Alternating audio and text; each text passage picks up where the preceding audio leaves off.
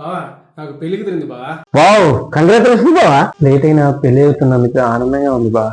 బహుశా ఇక మీదట ఇతని జీవితంలో ఆనందం అనే పదాన్ని తొలగించవచ్చు.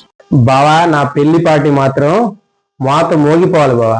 ఖర్చు ఎంతైనా పర్వాలేదు. బహుశా ఇక మీదట ఇతను ఇంతలా ఖర్చు పెట్టలేకపోవచ్చు.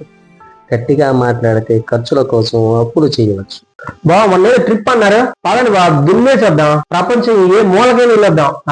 పదండి, ఎంజాయ్ చేసేద్దాం. బహుశా ఇతను మనతో కలవడం ఇదే చివరి రోజు కావచ్చు. ఏంటి బావా, సెకండ్ కి నా ఫేస్ మీద జూమ్ చేసేసి డైలాగ్స్ చెబుతున్నా? పాను గుట్కా సిగరెట్ తింటేనే సైడ్ ఎఫెక్ట్స్ వస్తాయని చెప్తారు కదా బావ థియేటర్ లో. అలాంటిది నువ్వు దానికంటే ప్రమాదకరమైన పెళ్లి చేసుకుంటున్నావు. దాని గురించి తప్పదా బావ? మరి దానికి విరుగుడు ఏం లేదా బావా? పెళ్లి చేసుకోకపోవడం విరుగుడు బావ. పెళ్లి చేసుకోకుండా నేను ఉండలేను బావా. వేరే దారుంటే చెప్పు బావా. అయితే ఒకటి ఉందిరా, ఎంత బాధలోనైనా ఆనందం తెప్పించగలదు, అదే ఇది. నాకు అలవాటు లేదు కదా బావా. బహుశా ఇక మీదట ఇతను పచ్చి తాగుపోతుగా మారిపోవచ్చు.